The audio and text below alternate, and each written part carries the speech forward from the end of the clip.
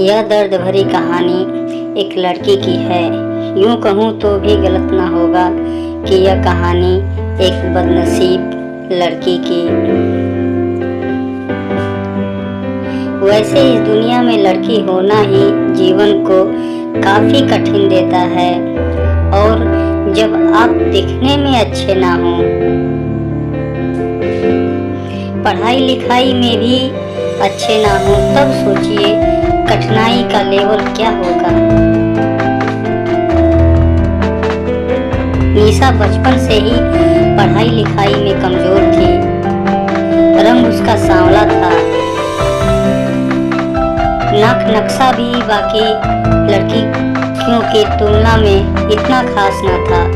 ऊपर से भगवान ने दांतों की बनावट भी टेढ़ी मेढ़ी दी थी। जब निशा छोटी थी तो बचपन में स्कूल के बच्चे चिढ़ाते थे।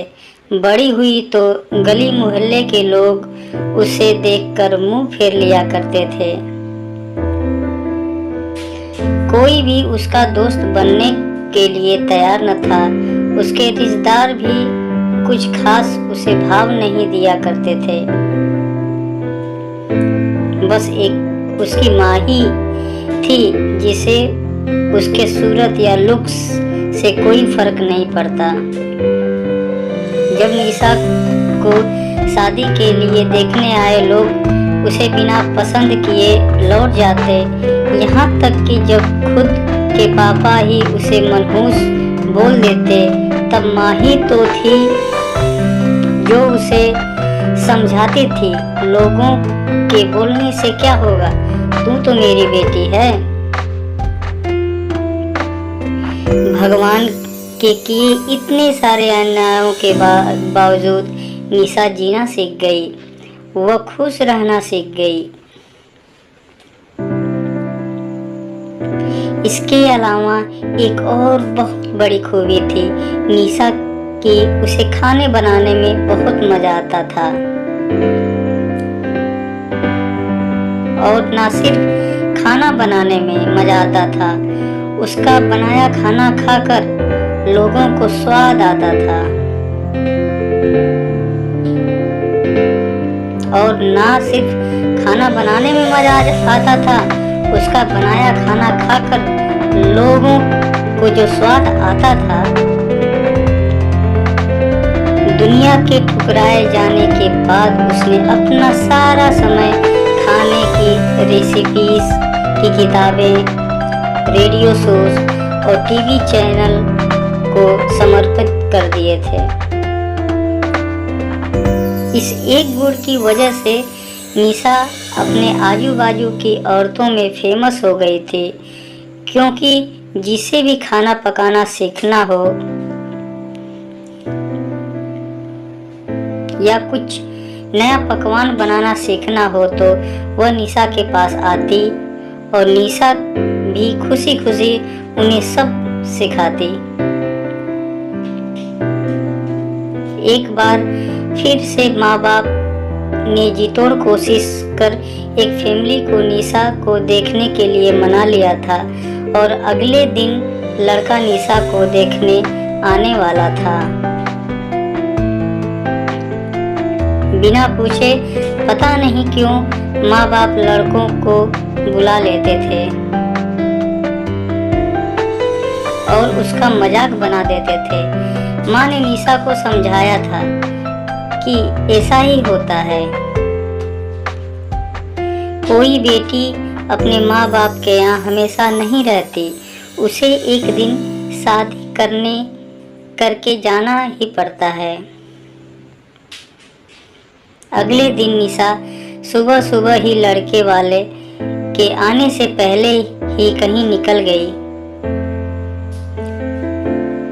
उस दिन लड़के वालों घर आकर माँ बाप को बहुत खरी खोटी सुना कर गए थे। वैसे भी पापा को निशा पर हमेशा ही गुस्सा रहता था, लेकिन उसकी इस हरकत ने उनको गुस्से से पागल कर दिया। उस दिन पापा ने निशा का सारा गुस्सा उसके माँ पर उतार दिया था, यह कहकर कि एक मनहूस बेटी को जन्म देकर तुम्हारा मन नहीं भरा था, इसलिए उसको लाड़ प्यार देकर सिर पर बैठा लिया है। हमेशा अपनी बेटी के बारे में गलत बोलने वालों को से नाराज रहने वाली माँ आज खुद निशा से नाराज हो गई थी और निशा के घर वापस आने की बेसब्री से राह देख रही थी ताकि अपना गुस्सा उस पर निकाल सके। सूरज ढलने से पहले निशा घर लौट आई थी। उसके चेहरे पर एक अजीब सी खुशी थी। हाथों में एक चेक था और एक सर्टिफिकेट भी। निशा माँ से कुछ कहना चाहती थी, लेकिन इससे पहले कि निशा अपने मुंह से एक भी शब्द कह पाती, उसकी माँ ने उसे खरी खोटी सुनाना शुरू कर दिया। गुस्से में माँ बोलते बोलते इतना कुछ बोल गई कि निशा ने भी अपने सपनों में भी नहीं सोचा था। माँ ने कहा, बाकी सभी लोग सही थे, तुम सचमुच में मनहूस हो, तुम्हारी वजह से हर कोई परेशान है। अच्छा होता तो तुम पैदा होते ही मर जाते, यह दिन देखना ना पड़ता हमें। गुस्से में बड़बड़ाती रही, सब्जियां काट रही थी। माँ ने एक बार भी निशा की तरफ नहीं देखा था। निशा माँ की बातें किसी पत्थर की मूरत की तरह सुन रही थी, पत्थर की ऐसी मूरत जिसके शरीर में तो जान न हो, लेकिन आंखों से आंसुओं की धारा बह रही हो। निशा ने माँ से पूछा, माँ क्या सच में तुम भी चाहती हो कि मैं मर जाऊं? क्या इतनी बुरी हूं मैं माँ? अभी भी गुस्सा सर पर सवार होने की वजह से माँ ने कह दिया, हाँ। बिना एक पल भी सोचे निशा ने सीधे अपने कमरे में जाकर कमरा अंदर से दरवाजा बंद कर लिया था।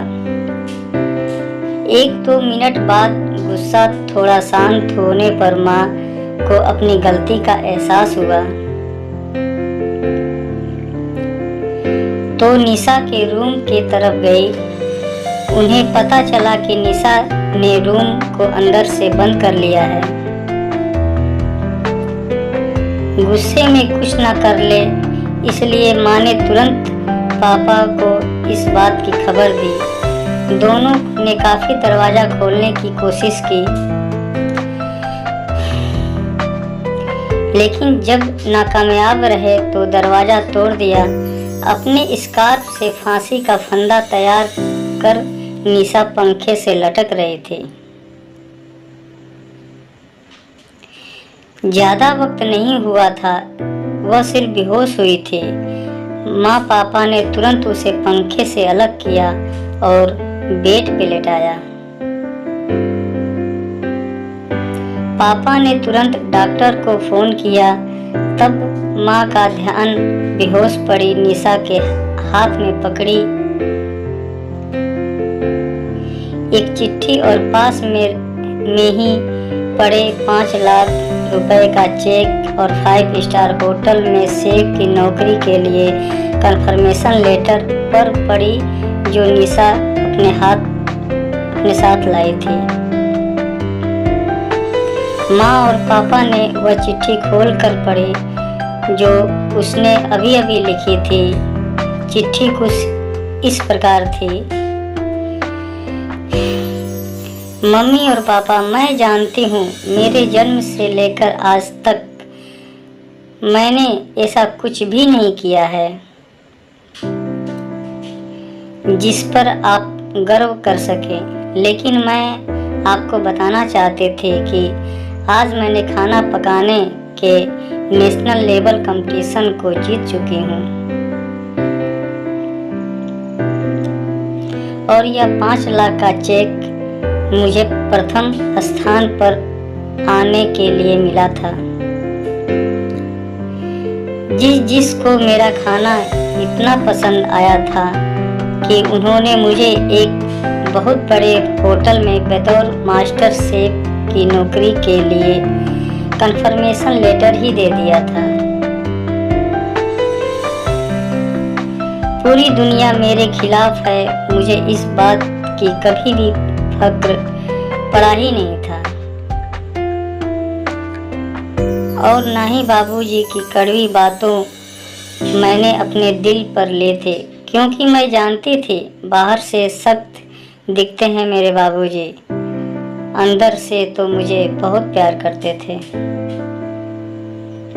प्यार ना करते होते बिना मांगे मुझे कपड़े, मिठाइयाँ, पटाखे ये सब ना ला कर देते। माँ के प्यार को कोई क्या बयां कर सकता है। मेरी माँ मेरे लिए मेरी सारी दुनिया थी।